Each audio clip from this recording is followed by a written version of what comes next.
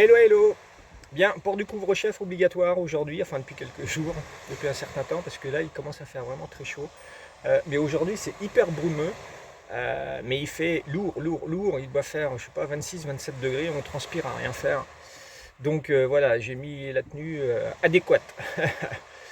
Dans cette vidéo, je vais vous parler d'AdBlue. AdBlue, pourquoi? Parce que j'ai commis une petite erreur en faisant le plein de mon AdBlue, parce que j'ai le voyant du tableau de bord qui s'est allumé, me disant qu'il fallait que je fasse le plein d'AdBlue, parce que ce témoin s'allume quand il vous reste 1000-2000 km à parcourir. Après, le moteur, il se bloque, enfin impossible de redémarrer le véhicule, donc il faut absolument remettre de l'AdBlue. Ce que j'ai fait le plein, et je n'aurais pas dû faire le plein, parce que j'ai découvert, parce que jusque-là je l'ignorais complètement, c'est que l'AdBlue a une DLU, une date limite d'utilisation d'environ 1 an et demi.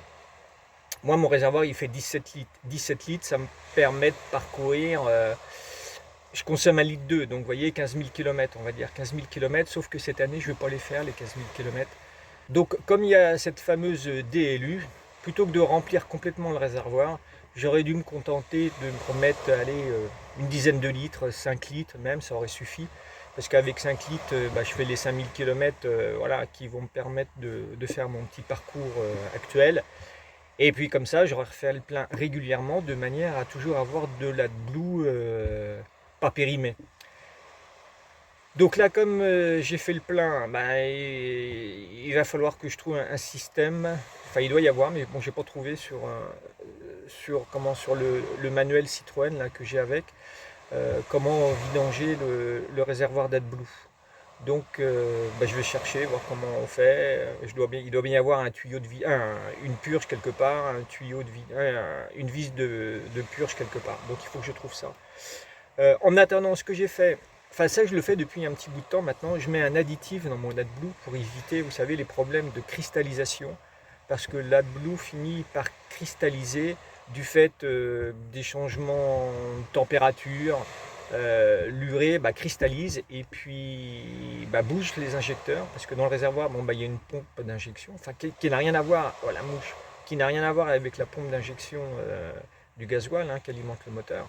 C'est vraiment un réservoir à part avec une pompe d'injection et des injecteurs. Et quand l'AdBlue se cristallise, tout se bouge et puis vous êtes rideau. Et dans ce cas-là, qu'est-ce qu'il faut faire? Il faut changer tout le système, c'est-à-dire tout le réservoir avec la pompe, les injecteurs. Et ça coûte la modique somme de 1500 à 2000 euros, sachant que les constructeurs ont du mal à prendre ça en charge, même si ils sont un petit peu responsables du problème. Donc moi, je mets cet additif. Vous voyez, j'avais acheté cet additif-là. Je ne sais plus ce que c'est d'ailleurs. C'est voilà, V-Blue, enfin peu importe, il en existe différents. Et avec ça, normalement, moins de problèmes de cristallisation. Et puis ça nettoie régulièrement vos injecteurs. Bon voilà, ça vaut ce que ça vaut. J'en ai entendu bien, certains me disent ouais ça sert à rien. Bon. Moi j'en ai parlé à mon petit concessionnaire, enfin mon petit agent Citroën qui me fait la révision, enfin qui me fait les vidanges de mon fourgon. Il m'a dit oui, vous pouvez en mettre. Il me dit au contraire, il n'y a pas de problème. On n'a pas d'informations auprès de Citroën, ils sont un petit peu muets sur le sujet, mais vous avez raison, mettez-en. Donc j'en mets. Et puis comme ça, je suis un petit peu plus tranquille. Donc voilà, donc l'AdBlue c'est vraiment une grosse merde, disons-le clairement. C'est un problème de plus dont on se passerait bien, il y en a suffisamment à gérer dans un fourgon. Celui-là, on n'en a pas besoin, mais bon, maintenant tous les véhicules diesel, sauf erreur de ma part, sont équipés d'AdBlue, donc il faut faire avec. Bon voilà, je vous montre dans cette vidéo donc les différents endroits dans lesquels je suis passé depuis la dernière vidéo. Et puis je vous redis un petit mot à la fin. Puis je vais remettre une tenue plus présentable quand même. Bon, je sais pas ce que ça va donner parce que j'ai le soleil juste en face.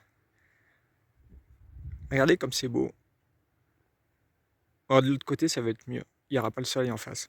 Il n'y a pas le soleil, mais il y a du vent. Alors, je reprends la main. Bon, vous voyez, c'est vraiment toujours aussi magnifique. Alors ici, c'est vraiment un petit coin de rêve. En plus, il n'y a pas de vent. Hier, ça soufflait pas mal, mais aujourd'hui, pas. Là, c'est vraiment tranquille. Voilà, il y a le soleil en face, alors je sais pas si ça va être net. Mais vous voyez, c'est cool.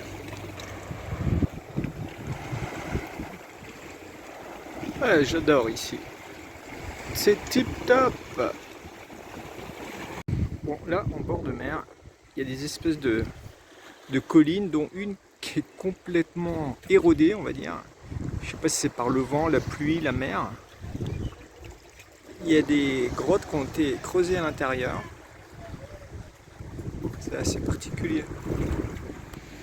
Le coucher de soleil, toujours aussi beau. Bah une fois de plus, je vais avoir du mal à décoller. Mais il va bien falloir bouger un peu avant de s'encrouter. Bon, un autre endroit que je viens de trouver. Bon, moi je suis tranquille. Bon, à l'autre bout là-bas, il y a un peu plus de monde. Mais pas où je suis, moi ça va. Ils sont regroupés là-bas.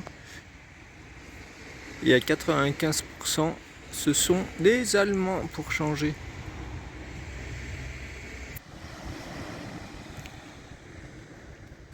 Ouais, c'est tranquille. Moi je vais rester là pour la journée. Demain, j'irai ailleurs. Là, je suis pas loin de Villaricos. Villaricos, c'est juste avant Mojácar. Ah, c'est vraiment impeccable ici. Pour passer une journée, enfin une nuit, ça va être bien. La mer, le sable. Regardez, il y a même une sirène là-bas. Ah, on est gâté en Espagne, faut pas dire.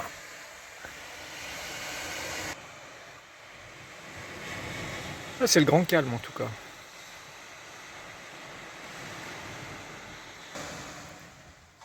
J'ai même sorti mon matériel de repos.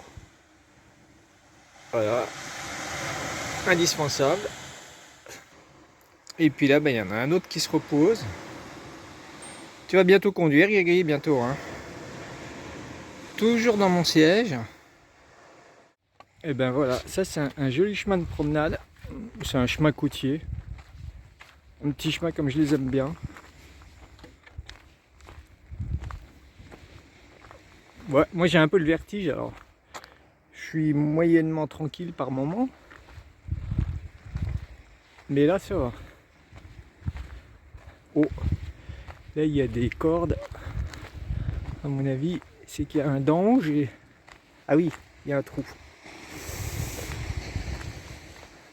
Il y a un trou. Ouais.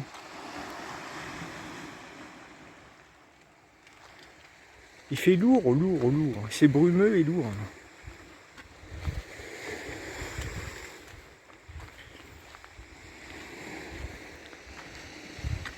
Et ce chemin, j'ai pas regardé sur Maps. J'ai fait ça un peu au hasard, mais je pense qu'il emmène jusqu'à San Juan de los Toreros. C'est à, allez, peut-être 2 km d'ici maintenant. Et c'est là où il y a un petit marché le dimanche. Donc je reste là jusqu'à dimanche parce que je voudrais bien aller à ce marché. Bien, j'ai remis mes habits du dimanche pour être plus correct pour conclure cette vidéo. Donc si comme moi vous avez un système d'AdBlue, quand vous faites le plein, posez-vous la question, est-ce que j'ai vraiment besoin de remplir mon réservoir complètement? Est-ce que je vais utiliser l'AdBlue que je mets dans l'année qui vient, enfin dans l'année et demie qui vient ou pas? Voilà, c'est un petit tuyau qui à mon avis n'est pas complètement inutile parce qu'il y a vraiment beaucoup de problèmes avec l'AdBlue. Bon, l'anticristallisant, on y croit, on n'y croit pas. Moi j'ai tendance à y croire. Chacun fait comme il veut. Donc moi je vous dis à très vite pour la suite des aventures. Moi je reprends la route et puis on se retrouve dans une prochaine destination. Allez, à plus!